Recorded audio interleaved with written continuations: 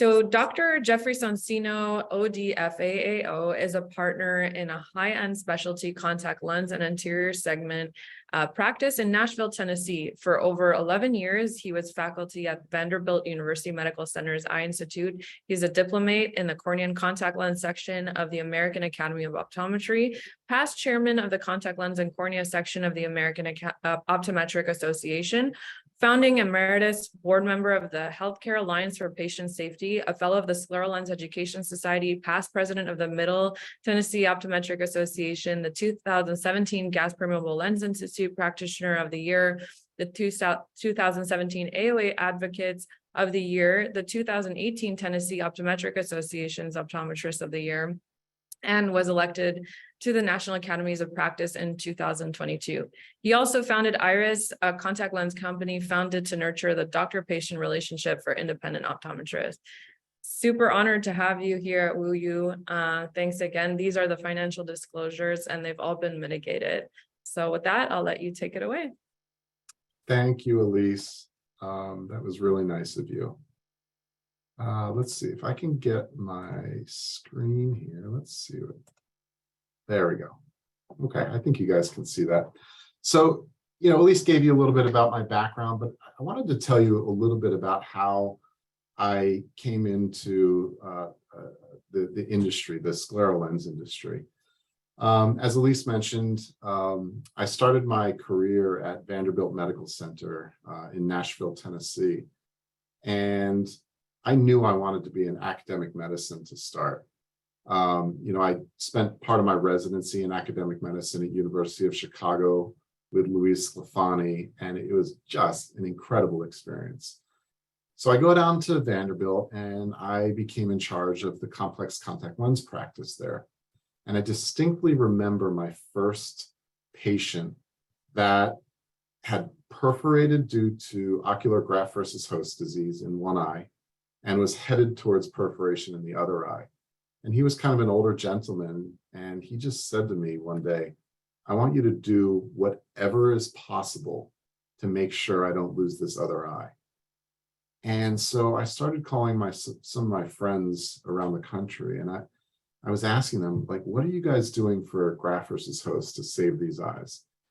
And somebody said, hey, you ought to call this guy Rob Brees out in California. He's doing some funky things with some really big lenses. And so I called up Rob and he's like, oh yeah, no problem. I'll talk you through this. And so he helped me fit my first scleral lens. And it ended up so that this gentleman was able to keep his eye for the next 2 years before he passed from something else. And it got me thinking, I'm like, this is something that is dynamite, and we need to expand this to more patients. And so I went to my chairman at the time, who was a retina specialist, and I walked into his office with a business plan, and I plopped it on his desk, and I said, I want to start the South's first scleral lens clinic.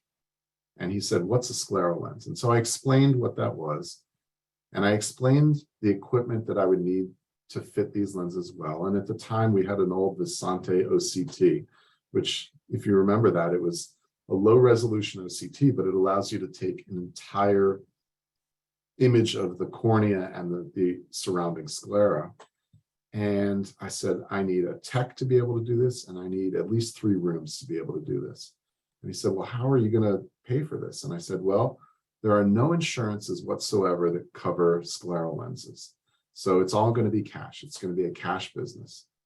And so we started accumulating patients from our own patient population and just started fitting tons and tons of scleral lenses. And we grew it to be a 3-day-a-week affair. And it really showed me the power of scleral lenses. Fast forward a few years, and my wife, who is also an optometrist, decided that she wasn't happy in a commercial practice. And so I said, you know what, I'm making good money at Vanderbilt. Why don't we just start you a practice? And so with one exam lane in a little shopping center that was right around the corner from Vanderbilt, we literally just threw out the shingle, and she started a practice. And if she had one patient every 2 days, she was happy. Well, it just so happened that Vanderbilt started offering VSP insurance to its 30,000 employees and dependents, and us at the Vanderbilt Eye Institute didn't accept the insurance. And so she was the closest location. She started seeing all the MDs, all the professors, all the graduate students from Vanderbilt, and immediately became busy. And so she had to grow the practice pretty quickly. And then, I was looking at my life and I was looking at her life, and I was seeing 25 patients in a half day with one tech in 3 rooms. And, she was seeing 10, 12 patients a day and doing just as good as I was. And so I thought to myself, I want that. And even if I'm just going to go start a Main Street practice with her, it's just a better way to treat people. Like I didn't want to just shuffle people through a practice. And so I left Vanderbilt and I joined her in private practice, thinking, hey, I'm just going to settle into a nice glasses and contact lens practice. And that's not at all what happened, because about 80% of my patients followed me over immediately, and about 15% more followed me over the next 2 years. Once the local ophthalmologists found that I was doing this in the community, they started sending patients. The local optometrists started sending patients. And I was then just doing exactly what I was doing at Vanderbilt, only I didn't have to pay Mr. Vanderbilt. And so where I am now with practice is I don't see any general patients at all. Even the high profile patients that come into a Nashville, Tennessee practice, either my wife or one of our associates is seeing those patients. I restrict my practice only to complex contact lens. Now, it's not all just sclerals, right? But it's all complex contact lens. And so, I've really built my career around sclerals and complex contact lens. And just by doing that, you just fall into some interesting situations. And so, I consult for a bunch of different companies. We have a meeting where we teach optometrists how to fit scleral lenses, and we just have a whole lot of fun with this. What we're going to be talking about to finish the scleral lens soiree, which, gosh, what a great group of lectures the WUU has assembled. I mean, these have been just incredible, incredible talks. We're going to round out the end of this by talking about what's next, the future of the scleral lens industry. And to do this, we're going to talk about some specific topics here. I've never given a lecture like this before. And in order to do it, I decided if I'm going to do this, I'm going to do it right. And so we're going to talk about the methodology that makes this lecture just a little bit unique. We're going to talk about the market size of scleral lenses as it is now and what it's projected to be in the coming 10 years. We're going to talk about technology. We're going to talk about what's coming that's going to help us with better tools in the future. We're going to talk a lot about education, because honestly, this is one of the biggest problems that we have in the scleral lens industry. We have a lack of education for both students and practicing prescribers about how to fit scleral lenses. And then the last section of this, I hope, is going to be a very interesting section. We're going to talk about what the payers, the vision insurances, the medical insurances, are likely to do in the future. And to do this, I decided it wasn't going to be good enough for me to just talk about what I think is going to happen in the future. And so what I've done is I've gotten together a massive group of educators, leaders of organizations, I got together the creator of a patient support group, right? So if you go to Facebook, there are these massive patient groups that are just a huge insight into what our patients are going through. And this one in particular is dedicated to scleral lenses. And I'll introduce the moderator of that group as we get into the talk, but she's just a delightful person. I talked to lens designers, I talked to material manufacturers, and I asked all of them to provide insight into what they see the future of scleral lenses in. So I'm going to be interjecting their thoughts where it's applicable to each of these sections. And then not pictured in this group of esteemed colleagues were the insurers that I went to and asked them what is going to happen to the future of reimbursement for sclerals. And as you can imagine, they asked to be anonymous. So I'm going to be presenting to you what these guys think is going to be the future of the scleral lens industry, but I'm not going to be mentioning their company's name or their names. They're anonymous sources because they wanted to be, but that allowed them to speak freely with me about it. And I'm going to tell you exactly what they told me. So let's start at the very beginning. A very good place to start, right? When we start from the very beginning with sclerals, we're talking about the educational system, okay? We're talking about students in optometry. And so what I did is I sent a survey monkey to 10 optometry school contact lens directors to figure out what is this current state of the educational system specifically for scleral lenses. And a little bit later on the talk, I'm going to present the results of that. We received 7 out of the 10 schools back in this survey monkey, and we're going to talk about what's going on with those 7 schools. So let's jump into the market size, right? Because you can't really figure out what's going to happen to an industry until you know the size of that industry, right? And the easiest place to find this information was in an annual report that Ed Bennett puts together for contact lens spectrum called the GP Annual Report. And this is some information from 2022, and this is widely available online, so you can pull this up. But he does every year a survey of the Gas Permeable Lens Institute Advisory Board, which is made up of 49 members. And so these are really the people that are in the weeds with GPs. And what he learned from the advisory board was that sclerals make up about 14% of all of their GP fits. That to me was a little bit surprising, right? In my practice, it is way higher than 14%. But then again, I'm not seeing general patients, right? So patients without pathology.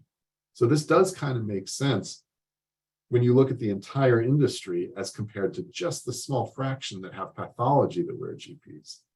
But I thought interesting was when asked about scleral contact lens use in the last 12 months, the most common response, 56.8%, is that it has increased greatly. And that is what we are all seeing. You know, if you go to some of the scleral lens or the GP meetings that are specific to this part of the industry, there's a buzz going on right now. I mean, people are really talking about scleral lenses, and that's not a surprise, right?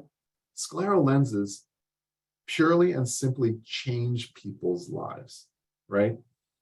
You know, I can give you tons of examples of patients that come into my practice and we literally change their lives. And while I'm on the topic, I'm going to tell you about one. So I had this patient that came in. She had been fit by one of the premier, she got cross-linking from one of the premier cornea specialists in the US before he retired. He then sent her to his own optometrist who was fitting his scleral lenses, and she paid about $4,000 out of pocket. She went for a few visits. She was fit. The doctor said, you're at the top of the game. I'll see you in a year. She left moderately uncomfortable, but she thought she'd adapt into it. 2 months later, contact lenses were unbearable. The vision wasn't that good, but she was forced to stay in them because she couldn't afford to go back and do another fitting. And so fast forward 2 years later, she comes down to Nashville with her fiance's job, and she shows up in my practice and says, look, I really need to get some new scleral lenses. So we took a look at the fit, and while the central vault was okay, the lenses were just smashing the limbus. And we realized immediately that we could make her feel better in lenses. We could make her see better in lenses. She came in at 2050 and 2100, and that we'd be able to use her vision insurance. It would cost her a $10 copay. So we went down that path. She got her first set of lenses. We sent her home in those lenses, even though the power wasn't perfect. She came back 2 weeks later and said, "These have changed my life." And I said, "That's fantastic. We're done with the fit. I'll see you in a year." And I got the very dreaded, "Hey, can I talk to you about something?" I'm like, "Oh God, what have I done?" Or more specifically, what did one of my staff do? And she said, "Hey, listen, I just wanted to tell you that because these have changed my life so much, I want to do something with your practice. Like, I want to make this my life's work. Oh, and by the way, I have managed a Luxottica retail store for 6 years. And for the 10 years before that, I've worked for Fortune 500 companies managing their stores." And so I thought to myself, can this woman do something in my practice? Yes, of course. And so that night I went and I spoke to my wife, who's my practice partner. And I said, "Hey, I've got this gal," and I told her the story. I said, "Let's take her out to dinner and see if it's a good fit." And my wife, she's brutal when it comes to sifting through staff, and she has trouble liking, staff. So we take her out to dinner. My wife and her, you would think, would be old college buddies. They hit it off completely. Lakin is now our practice manager in our practice. So this is the power of what scleral lenses can do. They change lives. And I think everyone on this webinar knows that. All right, so with the market size, we can look to external sources. So there's a group called the Fortune Business Insight, which gave global estimates of the market size of just sclerals of 208.4 million in 2020. And that's projected to rise to 646.8 million by 2028.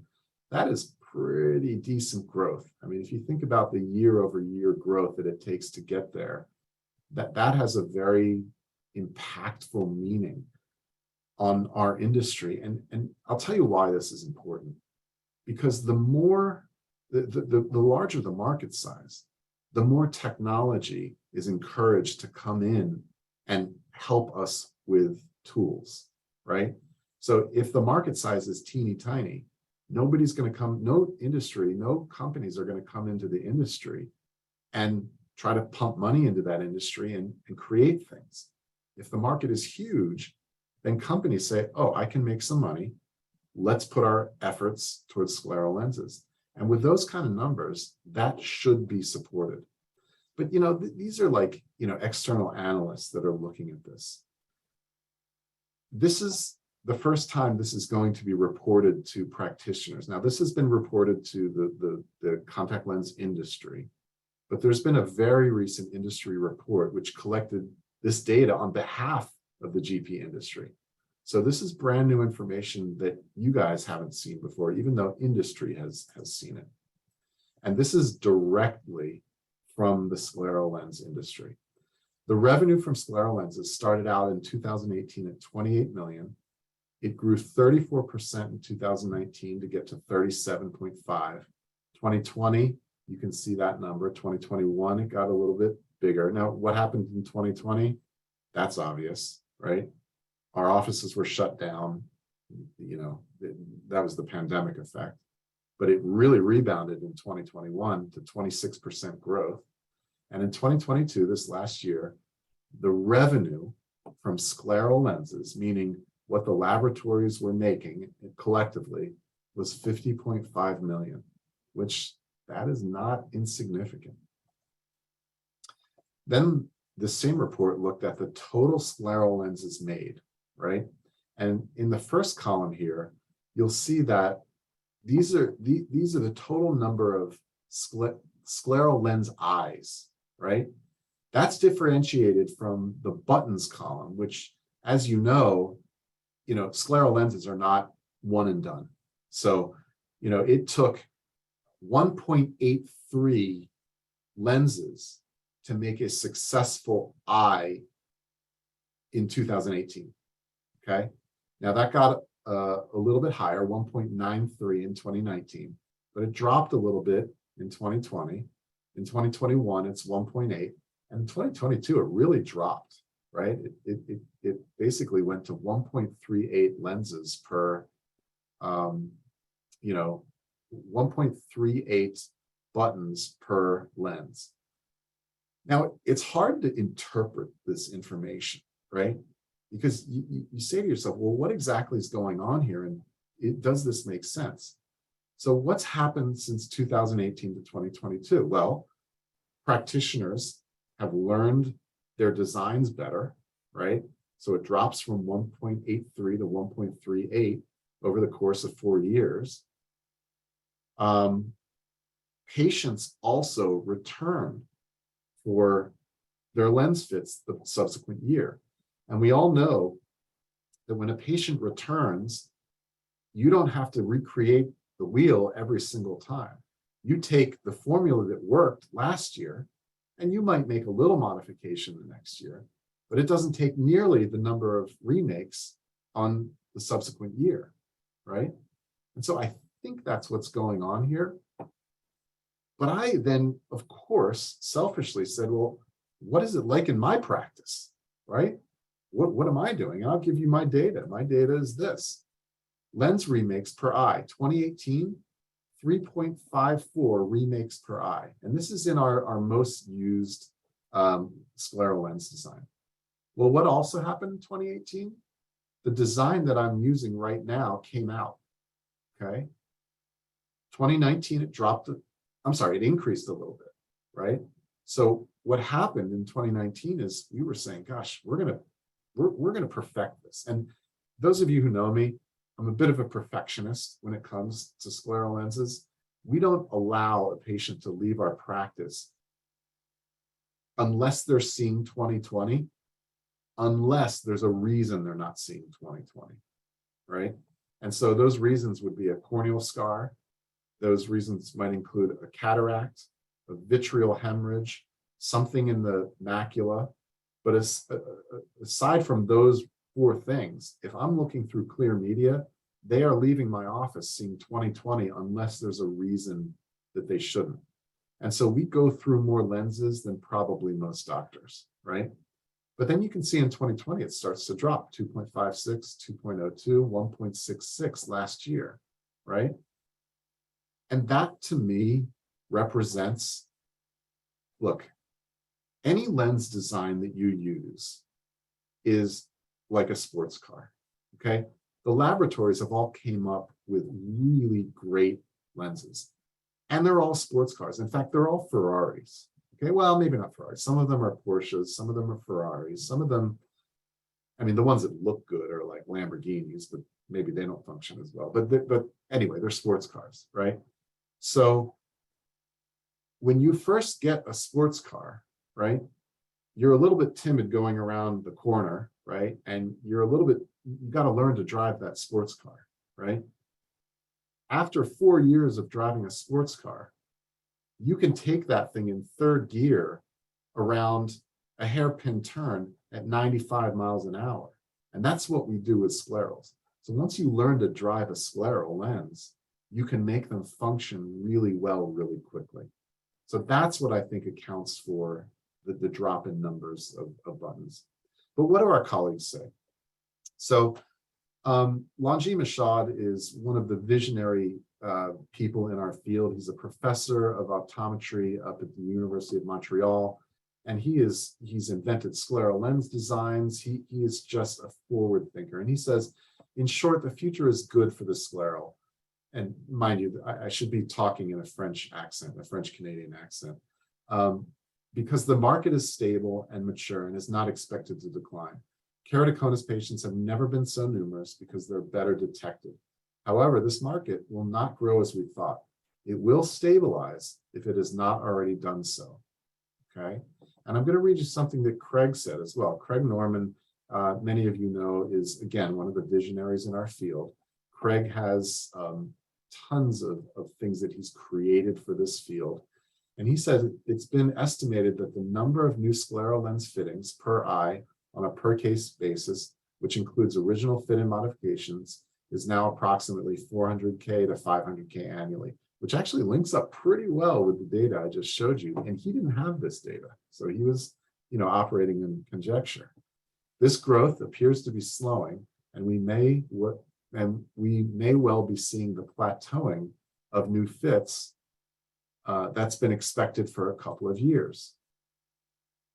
I think both of these guys are right in that, look, there is a limit to the number of patients that we are going to see with pathology that need scleral lenses. I mean, there has to be. There's only so many keratocones in our human society, right? That said, we haven't found them all yet, right? And because we haven't found them all, and because all of them are not in scleral lenses, we still are going to see a little bit of increase in this market. So while they're both calling for stabilization of the market, I think we still have a little bit of room to grow. All right, let's jump over to technology. So what's going to happen with lens designs? Well, first, we have to talk about some of the issues that we're facing in the profession, right? The short term of what's going to happen is that our colleagues are going to learn how to better evaluate scleral lenses. And folks, I'm here to tell you, this does not include slit beam estimation technique, okay? This is one of my favorite posters that I had ever seen. It was Mile Brujic, super guy and a partner in one of the things that I do, published this back in 2016, which basically said that he took an expert scleral lens fitter and compared his own slit beam estimation technique with OCT. And what he found is that it was abysmally inaccurate. So OCT is the best way to evaluate scleral lenses. Now, we have an issue with our profession in that, the labs, bless their heart, they don't want to tell practitioners, don't use our lenses, right?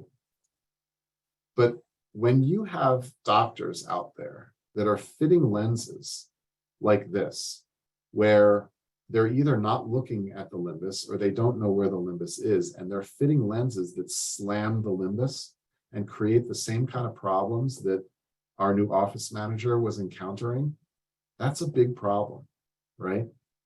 On the top picture here, it shows this lens, and actually I think this is my office manager's image, where it's just slamming the edge of the limbus. And the picture below is the lens that we refit her into, where the limbus is spared. Ed Boschnick is one of the visionaries in scleral lenses. He practices down in Miami, and he has also a scleral lens only practice. And Ed says, better anterior segment OCT technology that will give us more precise information about the entire ocular surface, cornea, and adjacent tissues with one complete scan. That's what he sees coming, okay? This is an image of a patient, and this is not my office manager, but the problem is we see this on a weekly basis where patients are coming in fit by doctors that may not specialize in scleral lenses, and we get these kinds of results. I think you can see from this that this is in no way a healthy thing for a patient to wear. And we have got, as an industry, we've got to solve this problem, okay? I think Rob Ensley, who's the current president of the Scleral Lens Education Society, encapsulated this well in this quote. Sclerals are now reasonably well taught at the student level, and for the most part, I believe a decently high percentage of practitioners that are willing and capable of fitting scleral lenses within their practice modality are either actively fitting lenses or at least dabbling. That obviously leads to a wide range of skill levels, which will make it interesting to see how the future unfolds. Will the novices and lesser skilled practitioners lose interest or find the potential complications of scleral lenses to be too overwhelming or complex to continue implementing in their practices? Or will they power through and either improve over time or perhaps leave a wake of patients worse off than before. And that is pretty prophetic. The other person who's on the ground floor of this is the woman that I referenced earlier. Her name is Rebecca Petrus, and she's assembled a Facebook group of thousands and thousands of scleral lens users. And I watch on this scleral lens group because I want to see like what my patients are going through on a daily basis. And some of the stuff these guys complain about is easily fixable stuff with a better fit. Now, she has a bunch of quotes here, and I'm going to read some of this because it really is, look, doctors, we all kind of talk together and we swirl together, but to get kind of an outside view, I think is highly, highly beneficial to our industry. In my opinion, the extent to which scleral lenses have been adopted by non-specialist providers over the last 8 to 10 years has increased patient access to sclerals in a broad sense, while at the same time dragging down the average standard of care to a concerning extent, even while technologies in specialist care make excellent advances. Now look, we didn't get together and I didn't prime this. This is coming completely from her perspective, right? Which again is huge insight into the things that are going on in this industry. Increased access resulting from rapidly growing numbers of non-specialist providers now means that many patients with, for example, complex ocular surface diseases are very likely to first seek care from a non-specialist provider who is inadequately equipped to manage this type of scleral lens patient. Further, non-specialist optometric business models do not anticipate and typically cannot sustain the extent of patient education, training, and ongoing support that patients with medical indications need in order to handle scleral lenses safely and to adapt to their use for the long term. She nailed this. She totally nailed this. So what's coming up in the next 10 years that will bring the standard of care back up? With products, predictions are pretty easy. With standard of care, I can only say what I hope will happen and what I hope to be part of. New published research documenting gaps between patient and provider perceptions of scleral lens patient care, training, and support needs will increase awareness and discussion within the profession about unmet patient needs. Thought leaders and nonprofit organizations will collaborate to promote the development of accessible skilled training programs for contact lens technicians and develop standardization checklists, basic education materials for distribution to patients to help close basic safety education gaps. I'm here to tell you that Rebecca goes to bat for doctors on her site all day, every day. She will not allow the bashing of any doctors on her site, and she really is a partner to all of us. And so if you've not had a chance to go see her site, it's called My Big Fat Scleral Lens. And look, I'm not a commenter, I just gawk, but it's really interesting to see what your patients are going through. Let's jump over to technology, because the technology of what we're going to see in the next 10 years, look, it's going to include both trial fitting, on-site manufacturing, like they do at Boston Foundation for Sight. It's going to include scleral topography, and it's also going to include impression-based technology. My mentor, Luis Sclafani, says, empirical fitting, industry coaching, and accessible fit analysis tools will need to be part of this growth to reach more practices and, more important, more patients. Craig again says 2 pathways for the fitting of scleral lenses. One will be a simple fit method based on just a few ocular data points for refractive error correction on regular corneas, dry eye, and subtle amounts of irregular astigmatism. The other will be a thorough, will be through the more common use of profilometry that results in complex designs for the correction of vision and a more customized fit. Craig also says artificial intelligence algorithms working with our imaging devices to help us better design scleral lenses. Wouldn't it be great to have an AI advise us on the best scleral lens design to be used on a highly compromised ocular surface? How about AI advising us on the best lab to use for designing a scleral lens for a specific corneal scleral condition. I think this will be taking place sooner than we think. Remember, we were talking about market share earlier? The more market share we have, the more external companies like AI companies are going to say, hey, this is viable for us to jump into. Oh, I love Simone Visser. Simone is an incredible human being. She runs a huge operation in the Netherlands. She and her father, Rens Visser, created a scleral lens practice that now spans multiple locations through the country. And she's definitely the country's largest scleral lens fitter. She also has a lens design that she's created. And she is just one of the prophets for our profession. She says, we believe that the present collaboration involving dedicated scleral lens fitters, scleral lens investigators, and industry will enhance scleral lens performance in terms of technical aspects, what we're talking about here, materials and designs, problem solving, like fogging and wettability, and safety, like biocompatibility and lens care. So then I tapped my good buddy, John Hibbs, who works for a little tiny company called Contimac. And I say that tongue in cheek because Contimac now has the largest market share for scleral lens buttons on the planet. And I asked him about decay and wettability of materials coming up. John says, scleral lens manufacturers are continuing to develop a specialized scleral lens blank that offers increased wettability, maximum decay, flexure resistance, enhanced machining capabilities. The lab network, that means all of our independent labs that we use to order lenses. The lab network will have options of pre-cut scleral blanks that will offer faster lathing and reduced wear on the lab's equipment. All this to provide practitioners with the highest quality and most customizable lenses on the market. That's huge. The fact that we have our manufacturers working hard for us to give us better tools is going to mean a bright future in this industry. So back to Rebecca Petrus, the creator of My Big Fat Scleral Lens group. She talks about solutions, right? And the key to product developments I'm expecting in the next several years are a buffered saline filling solution packaged in a 10 ml or 15 ml bottle with a multi-dose preservative-free dropper. That means one that doesn't get contaminated, allowing for safe recapping and reuse till empty.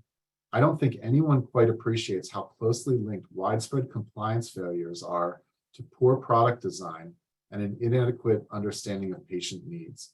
Gosh, this is so timely because you guys have all heard about that artificial tear company that had a lot of problems with patient safety because they were using a non-preserved artificial tear in a bottle that was meant to take only preservative drops. So she's addressing exactly this. She wants to see 2 new hydrogen peroxide disinfection systems produced, at least one of which will have a case that can safely accommodate up to 19mm lenses. And she wants to see an alcohol-based daily cleaner from a company that can provide reliable supply. All right, let's talk about practitioner education. We're going to shift gears a little bit here. All of this, our entire industry starts with students. And so what I'm going to show you is the results of our 10 optometric educator survey. Again, we got 7 of them back, right? And the first question was, on average, how many students are in each graduating class? So we want to get an idea of how many people are coming out. The average is 106 with the ones that returned their surveys. In which year are students first exposed to scleral lenses in lectures? In 43% of the responses, it was second year, then 57% of responses was third year. And in which year are students first exposed to scleral lenses in the clinic? Most came in third year, and just a third, came in fourth year. And here's where we get interesting, okay? In the school's clinic, how many scleral lens patients does the average student see by the time they leave optometry, excluding external rotations? What do you guys think? 0 to 50, with the average being 13. Can you imagine? That I thought was low, right? 13 scleral lens patients. And then I asked, in external rotations in the average contact lens practice, how many scleral lenses do students see by the end of optometry school? So now this is during fourth year rotations. How many do they see? What do you think this one is? Average 44. Now that's a little bit better, right? So coming out of school, you know, optometry students should see about 57 scleral lens patients, which I think that's a good amount for any student coming out of school. Now, this is also where it gets interesting. I asked, what percentage of the external contact lens rotations would you label as an expert scleral lens practice? Okay, what do you think? What percentage of the rotations out there? 11%. In the school's clinic, what percentage of patients are fit with scleral lenses using anterior segment OCT to evaluate the fits? 42%. So that's, you know, that's decent. I would love to see that number be 100%, because that's really the way to evaluate scleral lenses, unless you're someone like Simone Visser in the Netherlands that spent years and years and years training before, you know, before she felt comfortable learning to evaluate those fits with slit lamp. I asked a couple other questions, or one more question. So how do you feel about your students' experience with sclerals by the time they leave optometry school? 29% said they're competent to fit sclerals on their own. 57% said they have a minimum level of competency that will allow them to learn to fit sclerals after school. 0 said they will require advanced training to be competent. So what that tells me is the contact lens educators felt comfortable with their students leaving, and 0 said they're unprepared. One of them said those who get experience are competent. Those who do not would be unprepared or know just the basic techniques of fitting, but have little experience in assessing or modifying fits. This is also hugely driven by student choices and interests when they choose. So I thought that was a very interesting little survey of what's coming out of optometry schools. That gives us an idea of where our young practitioners are going to be starting. But when it comes to practitioner education now, you know, we have to think about what's happening in post-graduation.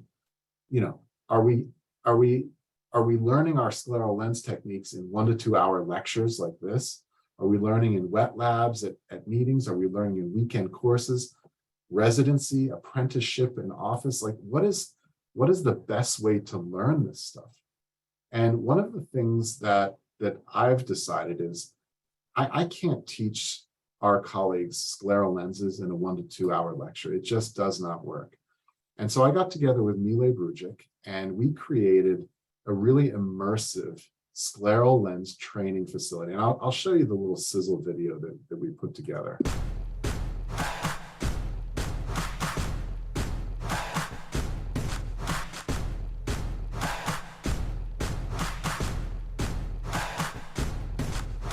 The Scleral Consultative Institute exists to take practitioners from whatever level of confidence that they have with scleral lenses to start out with to the very next level and even levels beyond.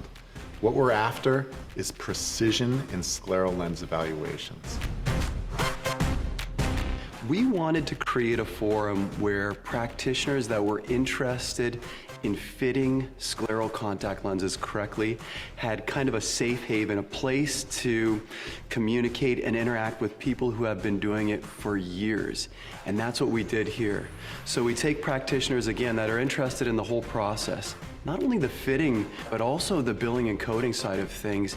And not only even that, but incorporating into the practice. Everybody has different processes in their practice. How's this gonna look in your office? Well, from Friday night to Sunday morning, we take you through all that. And by the end, you're actually fitting real patients on a timeline, how it would actually be occurring in your office, so that when you leave here, your level of confidence may be at a certain level, but we're gonna take that up 10 notches by the time you leave the weekend. In scleral lenses, there are so many unknowns, and what the SCI weekend does is bring all those unknowns into the realm of possibility. for the optometrists that come to visit us. The theme of this weekend is excellence. Everything that we do here is excellent, from the city that we do it in, the food, the entertainment, and most importantly, the scientific training and the training that our participants receive in billing and coding.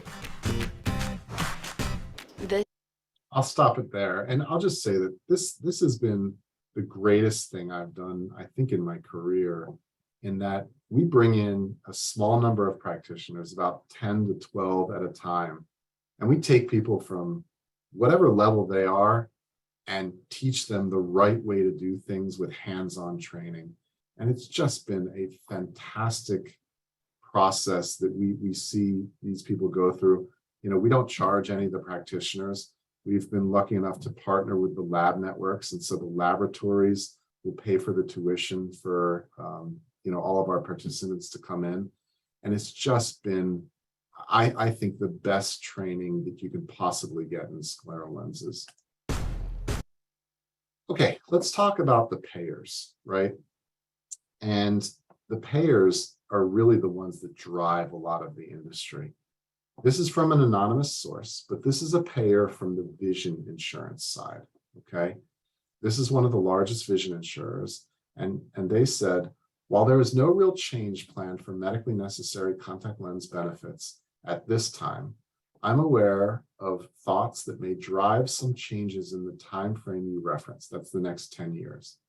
There has certainly been a shift in prescribing patterns for keratoconus and other corneal irregularities related to increasing use of scleral lenses. That is very true. Obviously, the cost per case with increasing scleral lens contact lens prescribing is something that vision benefit plans are aware of. And this raises questions about appropriate use of this treatment modality. Another factor is the emergence of scleral contact lens manufacturers such as iPrint Pro that have introduced lens designs at an even higher cost, which can limit the profitability of the eye care professional with the current established fee maximums. Now, what he's referencing is basically the idea that there are no insurances that cover iPrint Pros, but they're aware that, man, this is a good technology. He goes on to say the standard vision plan structure for medically necessary contact lenses is a paid-in full benefit, which has been good for the patient as they have limited out-of-pocket costs. This may be an area that could be studied for potential change because of the factors listed in the first paragraph. I'm aware of several large employers that elect to self-fund their vision benefits as compared to ensuring the benefit through an underwriter. When a claim analysis revealed a significant increase in medically necessary contact lenses in the previous year, the decision was to reduce the maximum fee paid for all medically necessary contact lens conditions to 20 to 30% of the current schedule and shift the remaining costs to the patient. As you can imagine, this was extremely unpopular with the patients. So what this tells me is that, gosh, we as a vision insurer have tried to figure out how to contain the cost, but when we did that, we got a lot of uproar from patients, so we kind of shifted that back. It's going to be very interesting to see what happens in the next 10 years, given, this is insight into the thinking of vision insurance payers. So now you guys have that information and you can figure out how to navigate that as time goes on. What about medical insurances? Well, I talked to another anonymous source high up in the medical insurance reimbursement for medically necessary contact lenses. And this person says, I believe that medically necessary contact lenses from the medical plan will continue to be difficult to be covered. This is mainly due to the inability or lack of awareness of medical devices unless it is covered under DMERC. At this time, most medical reviewers are unaware of the function or benefits of scleral lenses. Dedicated education focuses on medical specialists is probably necessary.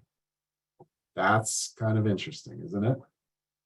All right, I have about 8 minutes left. We're going to leave some time for questions, but I wanted to bring in some of the other quotes of giants in the field. And I think everyone here knows who Stephanie Wu is. I don't have to introduce her, but again, she is one of the people that craft this industry.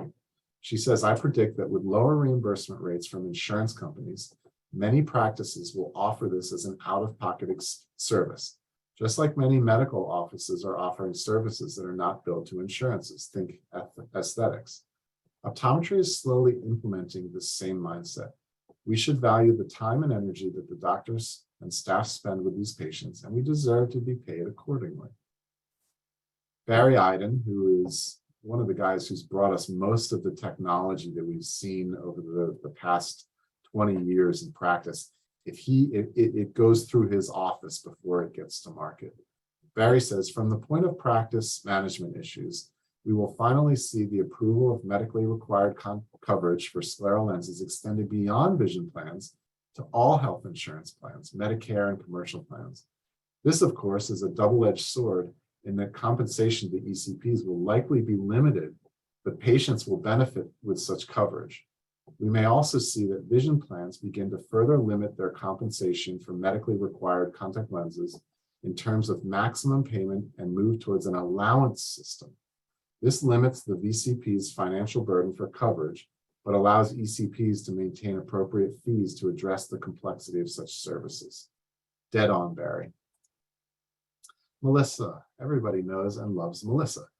This is an exciting time for scleral lenses. I am most excited about the opportunities for scleral lens customization with advanced techniques such as scleral profilometry, impression-based lenses, freeform designs, and a lens channel and fenestrations. Additionally, I'm excited about novel filling solutions with additional properties beyond what we have today.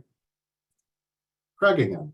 Higher order aberration correction will finally become a realistic option after decades of promises. I'm going to skip Don for a sec. I'm going to skip Craig. I'm going to go to Rob Davis. Like soft lenses of the 80s, with developments over the next 40 years to include monthlies, dailies, torics, and multifocals, scleral lenses will be the platform for the next 40 years. This new platform, with today's manufacturing and creativity, will develop diagnostic monitoring for diabetes and glaucoma, lenses that will change prescriptions depending on where you are viewing, and digitally monitoring the environments as well as internet capabilities. And if you don't know Rob Davis, I can tell you for a fact that what he is saying will come true. Rob has been probably one of the most visionary people in our field that has really ever lived. Rob has patents on stuff that you and I are using every single day in clinical practice. And Rob just thinks on a plane that is far ahead of where everyone else is. And we're going to leave it, that's going to be the last quote from this. So in conclusion, scleral lenses are the fastest growing segment of the contact lens industry, and the growth shows no sign of slowing, although there is a theoretical limited market. We can expect significant technological improvements over the next 10 years that solve common problems and improves wearability for scleral lens users. The industry will find better ways for educating our peers on best practices, fitting, and troubleshooting, and reimbursement and payer models are likely to change.